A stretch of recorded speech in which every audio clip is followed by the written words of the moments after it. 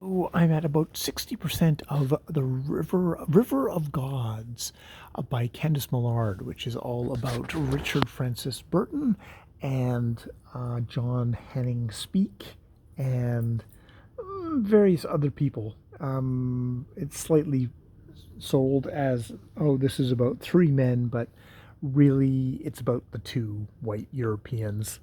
Um, these explorers who Speak becomes credited with finding the source of the Nile, even though it wasn't like it was lost or anything. It was there, and the people around the area probably knew it.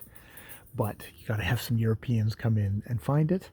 It's a focused tale on that. I have read biographies of Richard Francis Burton, and with much more kind of a wider scope of things. This takes in a little bit of his mecha thing, but it seems to be mostly focusing on him and Speak and their fraught relationship and just fucking miserable, miserable time.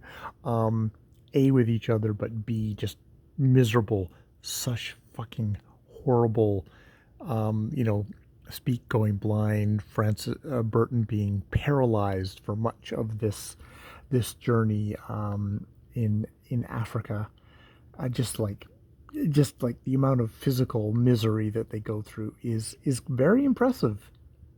Um, Gotta give it to them there. They really put their bodies through complete hell in all of this. Um, and telling this story, I have to say for Candice Millard, it doesn't really feel like she's come at it with particularly that great of a difference than any other biography that I've heard about with Burton or with this particular tale of these two explorers. Well, Burton is explorer, Speak is kind of a hunter who kind of just ended up along and then took over and then took credit and made claims and all that stuff. But it's nothing particularly new.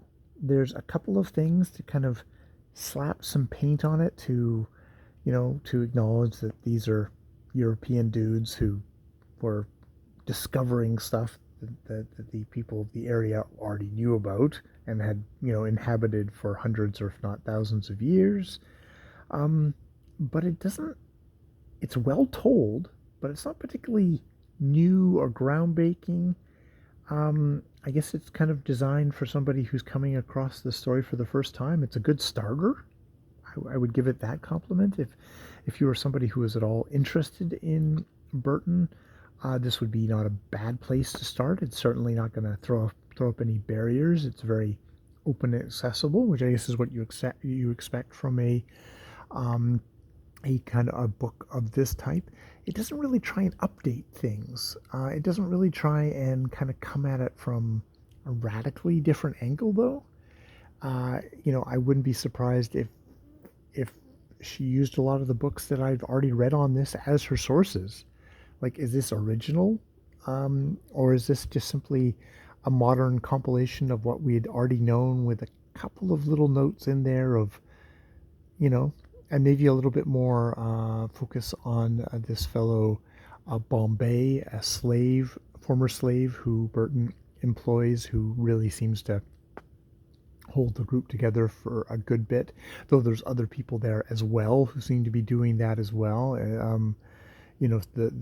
The guy, it's one of these things of you have Edmund Hillary and talking about Tatenga or whatever, the guy who basically made sure that this European made it to the top of Mount Everest. This has got sort of the same kind of feel to it, to a degree, because they're being carried everywhere. I mean, yeah, yeah. So it is fine.